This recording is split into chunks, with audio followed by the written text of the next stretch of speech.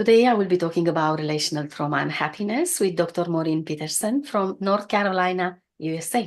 Hello, Maureen, and very welcome to our Open to Happiness podcast. Thank you so much for having me. I'm super excited to be here and have this conversation with you and share my story and kind of some of my wisdom that I've learned along the way with your audience. So thank you. You're very welcome. Thank you for taking the time to actually attend. Where shall we start, Maureen? Let's start with what is happiness to you? Yeah, so happiness to me is really living with a purpose and it's embracing the successes and the failures in life.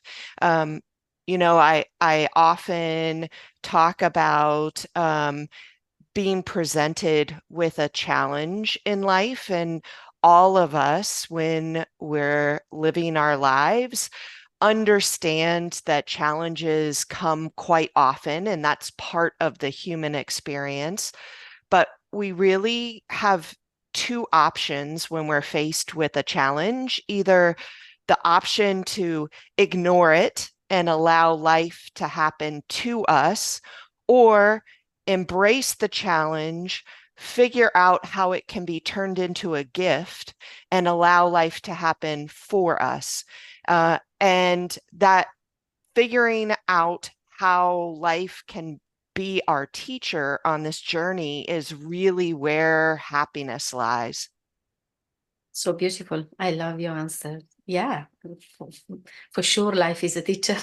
If Yes, if we care enough to actually acknowledge that right. there are Yes. lessons to be learned.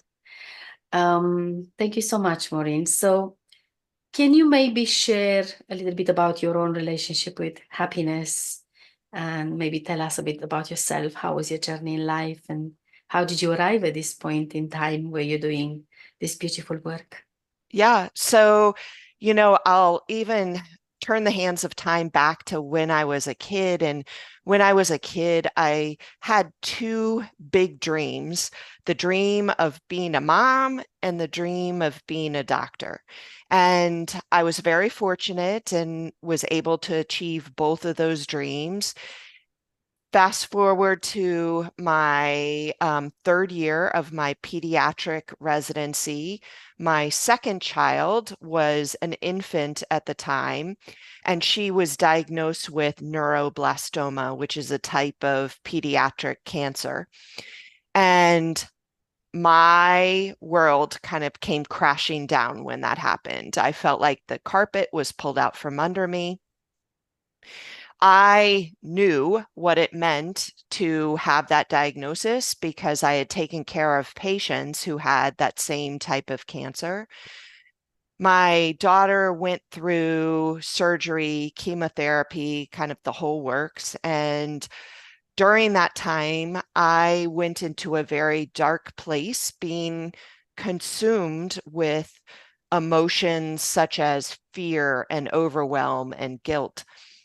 With time, things got better because she did well with the treatment, but it was also the support of friends that got me better. Then, when she turned 12 years old, uh, she had texted me from school one day. She went to a school for the arts for ballet and said, "Mom, something's wrong. I've peed 12 times at school today. You need to bring home whatever you need to fix me." So I thought to myself, well, of course, this couldn't be anything big because we've already gone through this whole cancer journey years earlier. So I had assumed she had a urinary tract infection. I got a urine collection cup and urine dipstick from the pediatrics clinic and brought it to her school because I didn't want to take her all the way home to figure out she had a UTI to then have to come all the way back to get treatment. I give her the urine collection cup when I get to her school, and she goes into the school bathroom, pees in the cup and calls me in afterwards, I come into this tiny school bathroom, use the urine dipstick, and see there's lots of sugar in her urine, which leads to only one diagnosis, and that's type 1 diabetes. So I knew in that moment that our lives were going to change forever. And all of those feelings that I had experienced years earlier during her cancer journey all kind of came rushing back. Once we kind of got over the initial shock of the diagnosis and learning about what this meant for her life and our life as a family, I knew I didn't want to go back to that dark place that I was in years earlier, and really proactively sought opportunities to help myself, to make sure that I stayed in a good place to be an exceptional mom to my child. And I listened to podcasts, I read lots of books, I learned about coaching, got a coach.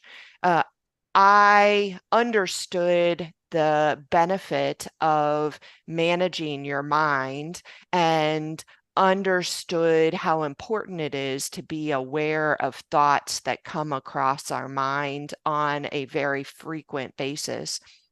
A couple of years later, I became a certified life coach, not because of what had gone through, but because at the time I was in a leadership position at the hospital, and I was functioning as a mentor to a lot of different leaders at the hospital and wanted to improve my mentorship skills. So became a certified life coach. But I quickly learned that the tools of life coaching helped with patients and their families in the clinic setting. And I have since continued the coaching work that I do with families, and I help families who have chronically ill kids to help them on their journey through life, because all of us, like I said at the beginning, are facing challenges in life. And if we know some tools that I have learned along the way, that potentially their journey will be a little bit easier than mine. It sounds very empowering, your story, and I'm really sorry that your daughter has struggled with health issues, and probably she's still struggling if she has type 1 diabetes. Um, Yeah, but can you know appreciate. what?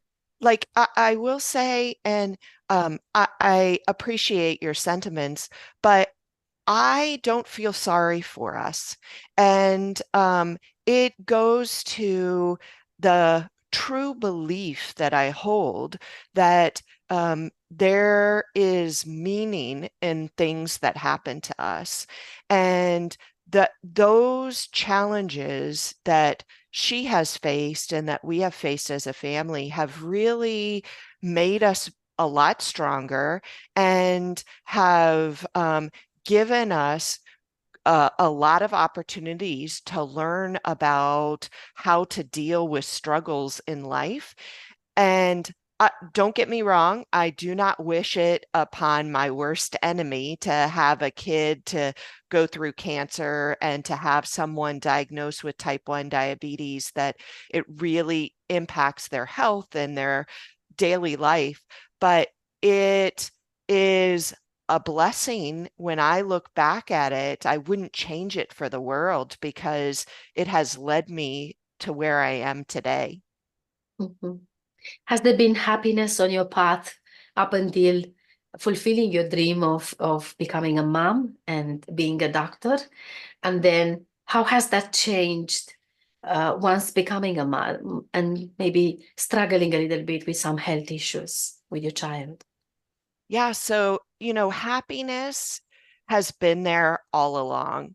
And I now talk to folks about how important it is to have a gratitude practice and really tell folks that every day, give yourself a few minutes where you write 3 specific things that you are grateful for. And those 3 things can't be, I'm grateful for my kids. It needs to be very specific. I'm grateful for the phone call that I had with my daughter. Um, and doing that allows you to really focus on the things that bring happiness to your world. And like I said, throughout this journey, like happiness has been there, but sometimes, especially in the early days when she was going through cancer, I was not practicing gratitude and was very overwhelmed and very scared of what was going to happen to her, and was so focused on those thoughts and so consumed with everything that went wrong that I lost those moments of happiness. And I thought at the time when something went wrong, like this is the universe snatching away my childhood dream.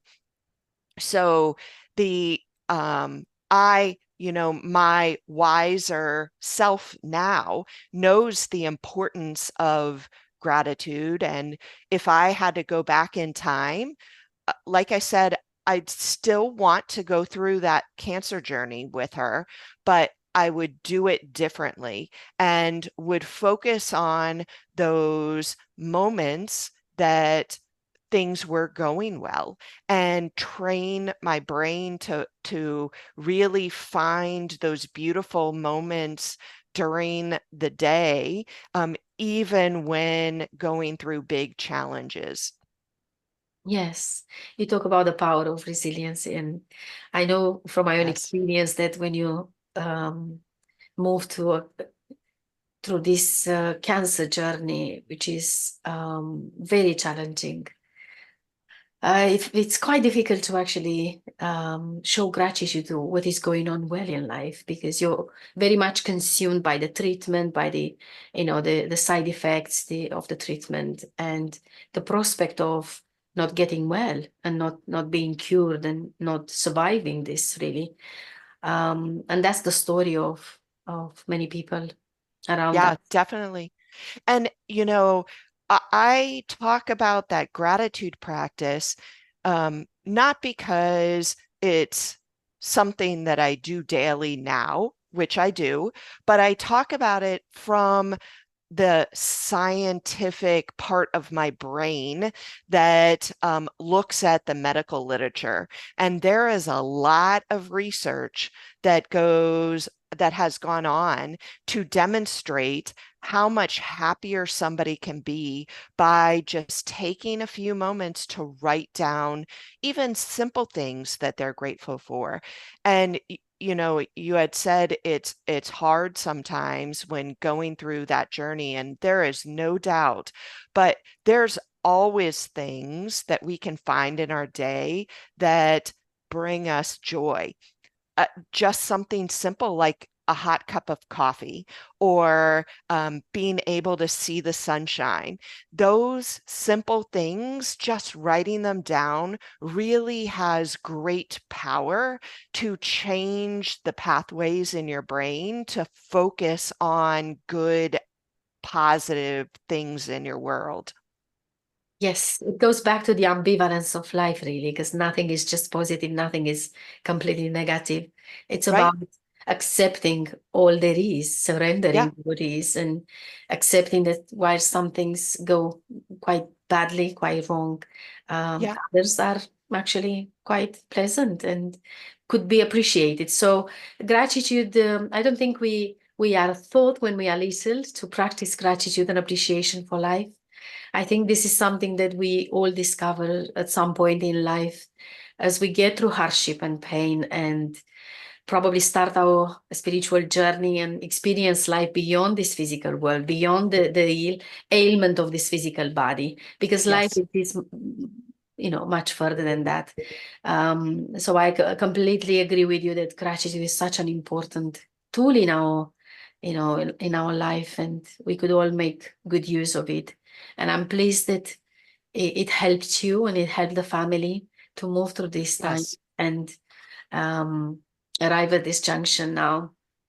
But I'm very curious, Maureen, to find out what happened when you were little that inspired you in a way to become a doctor, to heal others, to be of service to others.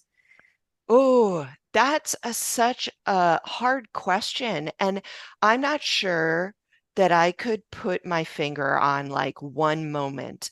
I know that from a very young age that I loved science class. That was always my favorite class in school.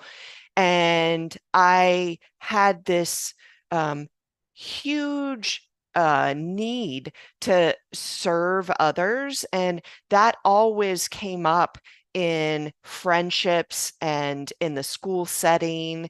Um, and I was, always involved in various service projects growing up. I can remember that as a young kid that there's the game of life that we used to play with the neighbor kids, the board game. And in that board game, you would receive an occupation card. And I would always, anytime we played that game, would always hope that that occupation card was going to be a doctor. And I just think it was the ability to, in my mind, to be able to take my love for serving people and combine it with my love of science. Wow, it's a beautiful merge there. It's a beautiful blend, and it worked out quite well for you. It kind of prepared you from everything that was about to unfold really later Right, in life, including finding your life purpose and connecting with a meaningful life, despite of all the adversity that could have come on the way. right. And Um, yeah, yeah. and you just said about like that it was preparing me for what was coming. And I want to kind of foot stomp that for your audience because life has a very unique way of preparing us for things to come. And I now, look back on everything that's happened and um, that journey that we went through with my daughter who was diagnosed with cancer, that really that time prepared me for what was to come when she was diagnosed with diabetes. That I don't think I would have been as resilient and been able to teach her about resiliency if I had not gone through that experience years prior. She doesn't remember the cancer experience, uh, but uh, I do as her mom. And I did a better job, I think, of managing the health challenges she had and balancing my own life years later. And I learned that from what had happened in the previous challenge. Mhm. Beautiful. Now the question is, Maureen, you have found your own path of transitioning from one stage in your life to another one. You adjusted very well. You didn't think this is the end of the world. Yes, it's unpleasant. Yes, it's difficult, challenging for all of us within the family environment. But still, we are here. We are together. There's so many other, wonderful things going on in our lives. The question is, how can we guide others to remain open to joy and happiness and the little things that are somehow enriching our lives whilst they transition these difficult times of hardship? and pain? Yeah. So I would say there's a couple of things that I want your audience to hear. Number one, I want to remind them that going through a challenging time is going to come with some emotions that are not comfortable to experience. And if we can, um, embrace discomfort and know that it's temporary, that it will eventually go away, that we do a better job of processing those emotions during that time, and will move out of that kind of discomfort quicker.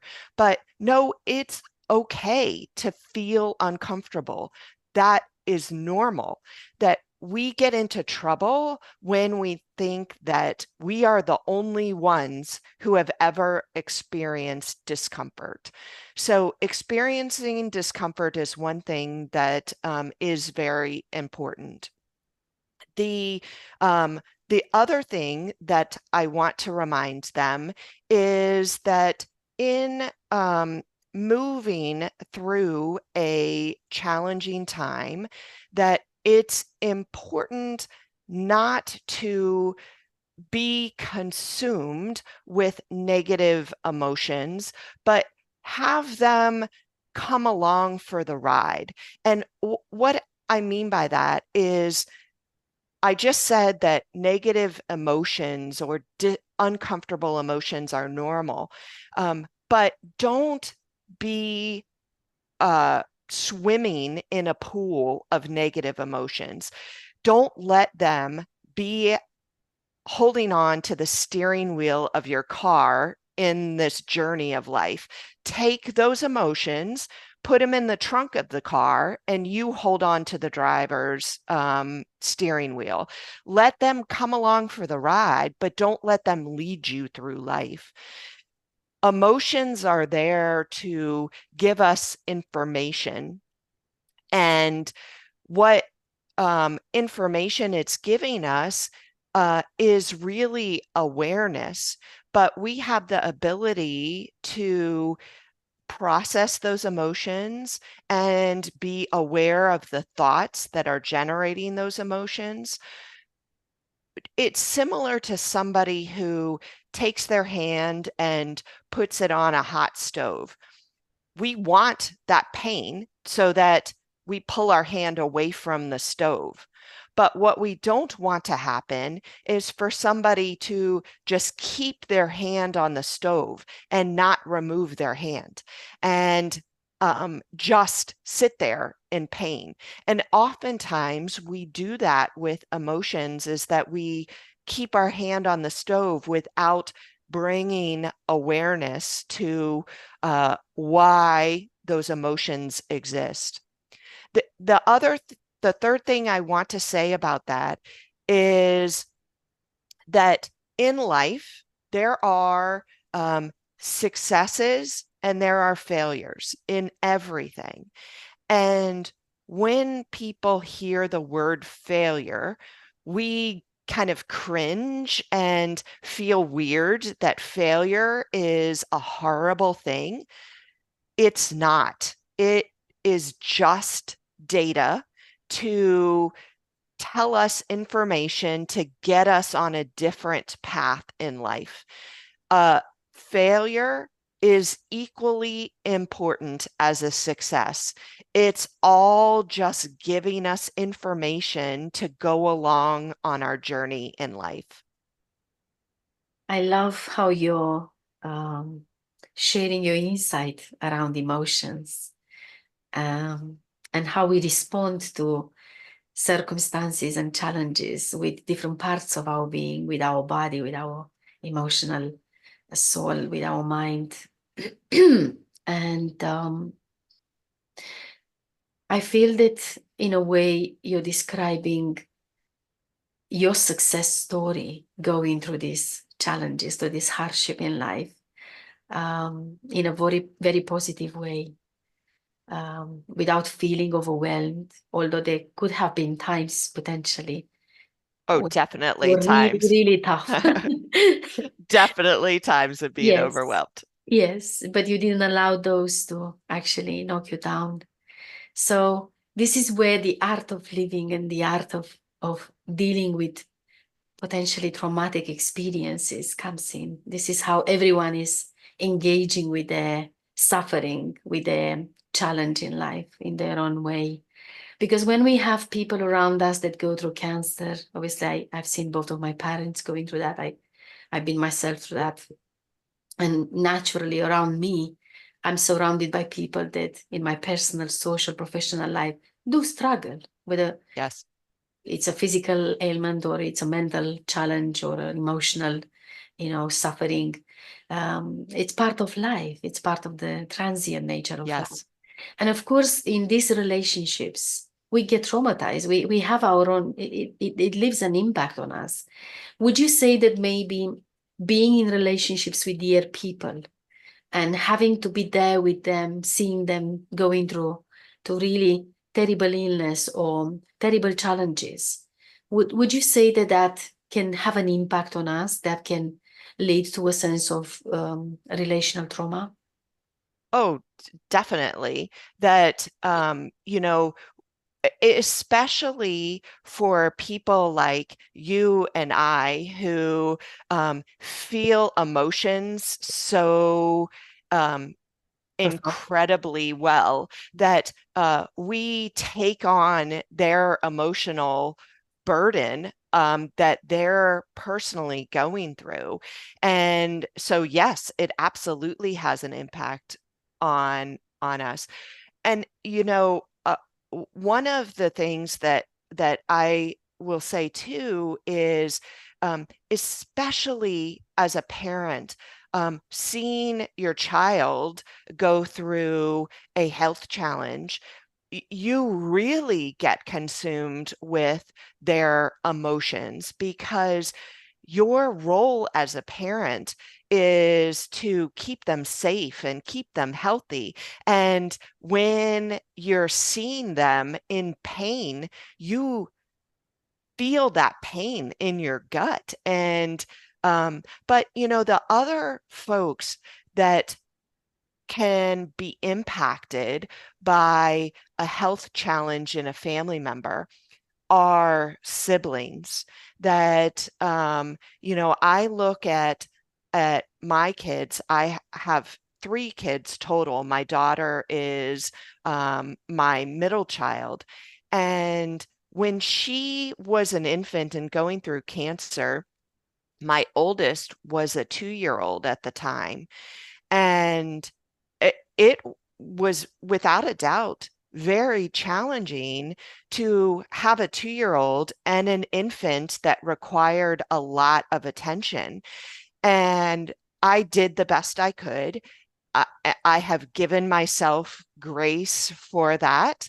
Um, could I have done things differently? Maybe, but that's not what I did at the time. That I did the best I had with what I knew I had and what resources I had. And but I'm sure my oldest was impacted by not having the full attention of his mom at the time of a critical developmental stage. Yes. And I teach parents about how to um, help try to prevent relational trauma to happen with siblings, but we're not perfect. And we're not going to be able to prevent it 100% of the time. But having understanding that it can happen, and doing things like having, mommy child days, where it's just the sibling and the parent, without the health challenged child being involved, allows opportunities for full attention and allows opportunities for the child at whatever stage of development they are to have an open line of communication to be able to express how they're feeling and what their thoughts are. So allowing that kind of groundwork can grow into a very beautiful relationship. Yes, indeed, because the dynamic around the challenged family member is also very important. The Right. impact goes like a ripple effect onto everyone, really, and it spreads Yes. even into the extended family and even further into the little community, the friendships and the Yeah. neighborhood and so on.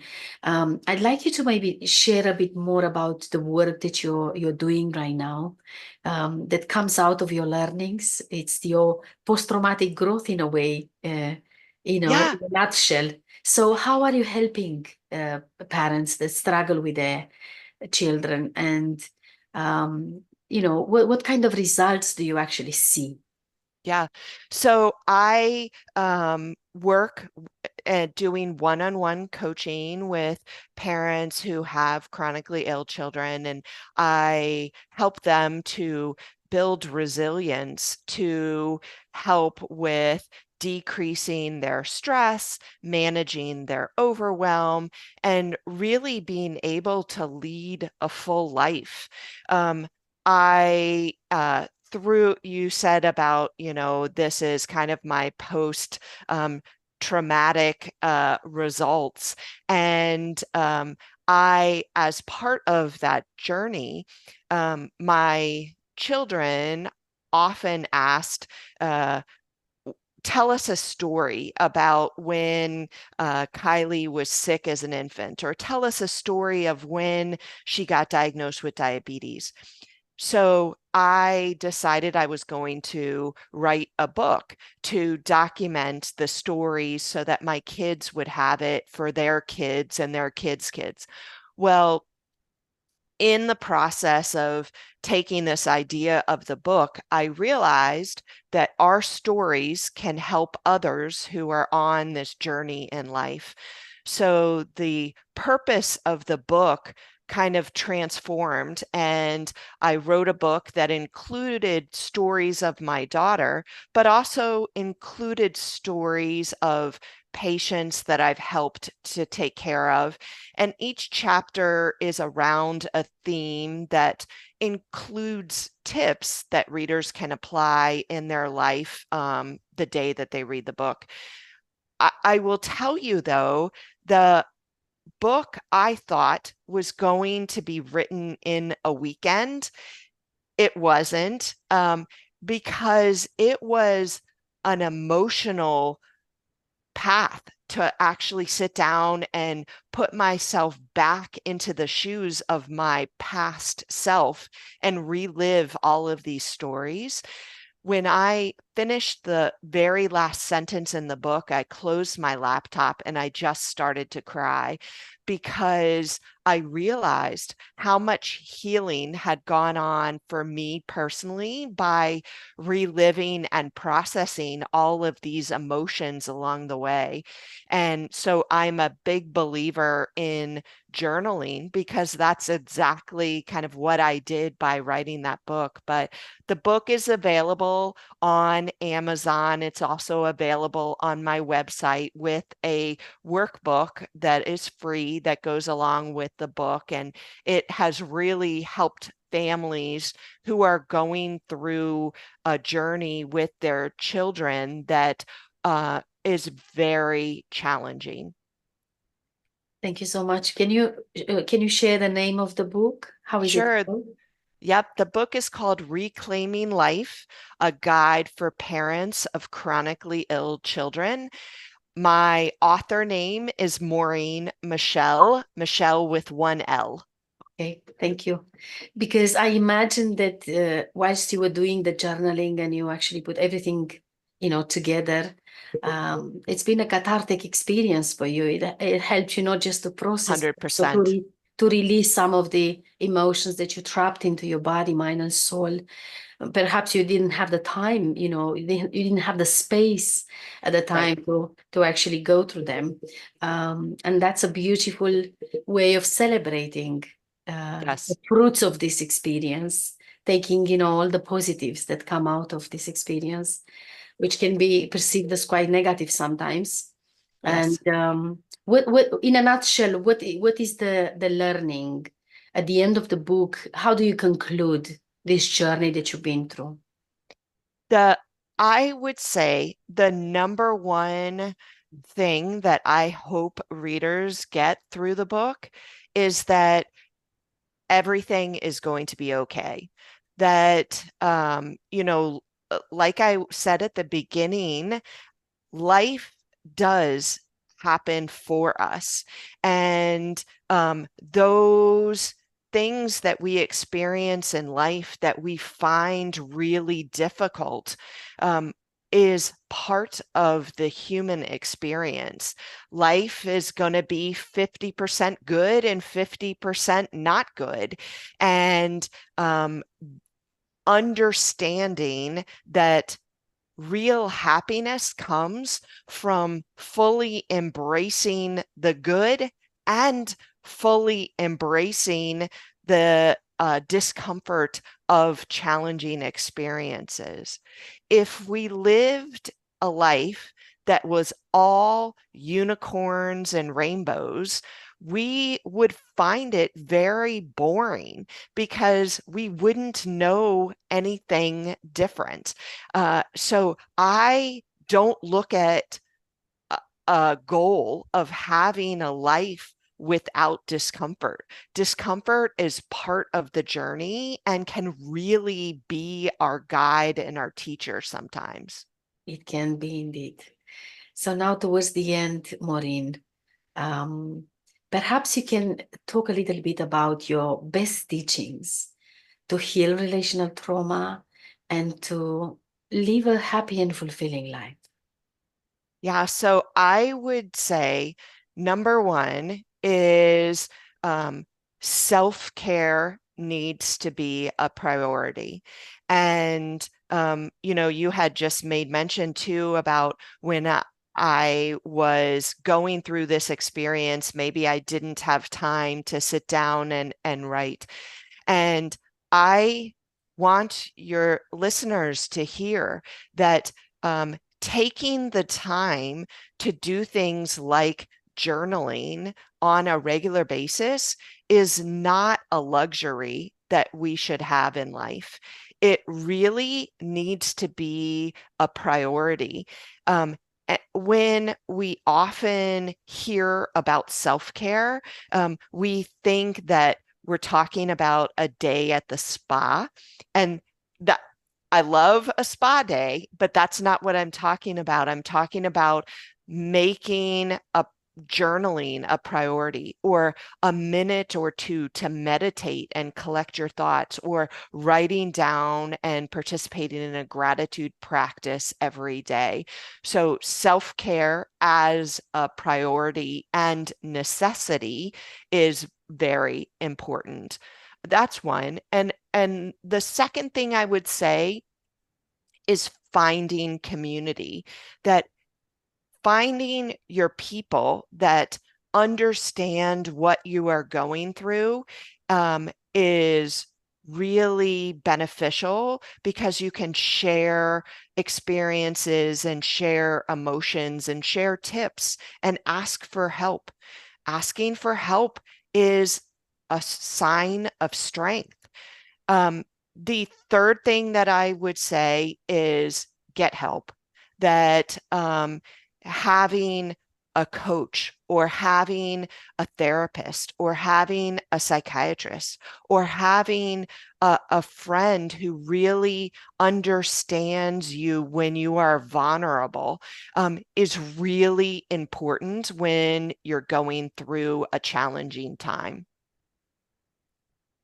Really encouraging self-care, community, and getting help, knowing that you're not alone. You don't Yes, have to deal with this on your own. You right. know, there is support out there, Really, really wonderful. Thank you so much for everything, Maureen. Where can people find out more about you and the beautiful Yes, work that you're doing? thank you. Thank you so much for having me on. Your listeners can find me on my website, which is maureenmichellemd.com, and that's Michelle with one L. I have a little bit more about me on the website. They can also find the book too on the website. Sounds fantastic. Thank you so much, Maureen, for everything, for all the time and all the wisdom and sharing your story. Very empowering, helping others, hopefully, that go through challenging times to find a little bit of light on their path and they truly believe that it's going to be all right, just like you said. Thank you so much. Yes. No, thank you. And I appreciate you and the work that you are doing to bring happiness into the world. So thank you. Thank you so much.